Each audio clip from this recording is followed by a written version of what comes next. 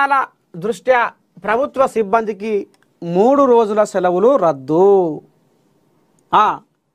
ఎందుకంటే ఇప్పటికే ఆనదేవుడు అలా కల్లోలం చేస్తుండు. ఇక ఎదిగా వరంగల్ జిల్లాలనైతే ఇండ్లే మునిగిపోయినాయి. కొన్ని ఇండ్లే మొత్తం ఏడి కాడికి మొత్తం మునిగిపోయినాయి. పాపం వాళ్ళ ఇండ్లల్లో ఈ ఆనదేవుడు జ్వరబడి సామానంతా అత్తర బుత్తర మన్ను మషాడం అంతా పెంట చేసిండట. కొన్ని సామాన్లు కొట్టుకుపోయినాయట. కొంతమంది ఆ వరదలలో వాగులలో కొట్టుకుపోయినాయట. కొన్ని బండ్లు సైకిల్ మోటార్లు ఆటోలు కార్లు కూడా కొట్టుకుపోయినాయట. కొంతమంది పాపం వాళ్ళ విగత జీవులు అయ్యి ఆ వరదలలో కొట్టుకొని వచ్చిరట. తింటందుకు తిండి బియ్యం సామాను ఉప్పు తొక్కు పసుపు అన్నీ నాని ఇదైతే ఇక వాళ్ళని కొంత జనాలను సురక్షిత ప్రాంతాలకు తరలించిరట. ఆనదేవుడు ఇప్పుడు కబడ్డీ ఆడుతుడు తెలంగాణలో. ముఖ్యంగా వరంగల్ జిల్లాను పగ్గం పాడు చేసిండట. ఇటు మళ్ళీ నాగర్ కర్నూలులో కూడా అల్ల కల్లోల మాట. మొత్తానికి తెలంగాణలో అక్కడక్కడ ఇక మరి పగబట్టినట్టుగా ఆనదేవుడు ఇక ఇటు ఇళ్ళల్లో జ్వరబడి వాగులు పొర్లిచ్చి జనాలను అస్తవ్యస్తం చేసిండు. ఈ మొదటాడు దెంప నిన్న దాకానేమో అరల వండుకుండు.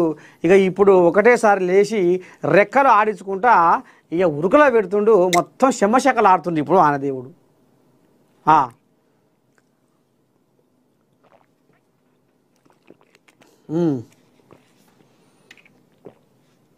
అందుకనే ముఖ్యమంత్రి ఏం చేసిండు, ఇక ఉంది కథ.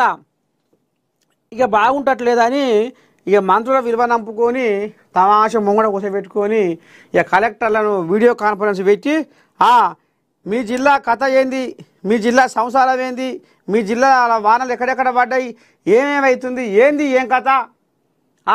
మరి ఇక కొంతమంది ఇగో 3 రోజులు సెలవులు రద్దు. జర సెలవులు పెట్టి ఇండియా వండకూరి తస్మాత్ జాగ్రత్త. వెనకడికే కలెక్టర్లకు ఆర్డర్ చేసిన పెద్ద మనిషి. కలెక్టర్లు అంటే ఏసీలకు అంటిళ్ళ కావద్దు, ఏసీలకు పరిమితం కావద్దు, ఊర్లల్లో ఉండాలి, జనాలల్లో ఉండాలి, జనాలకు ఏం కష్టం వచ్చే అరుచుకోవాలి, ప్రజల సమస్యలు తీర్చాలి అని వెనకడికే చెప్పిండు.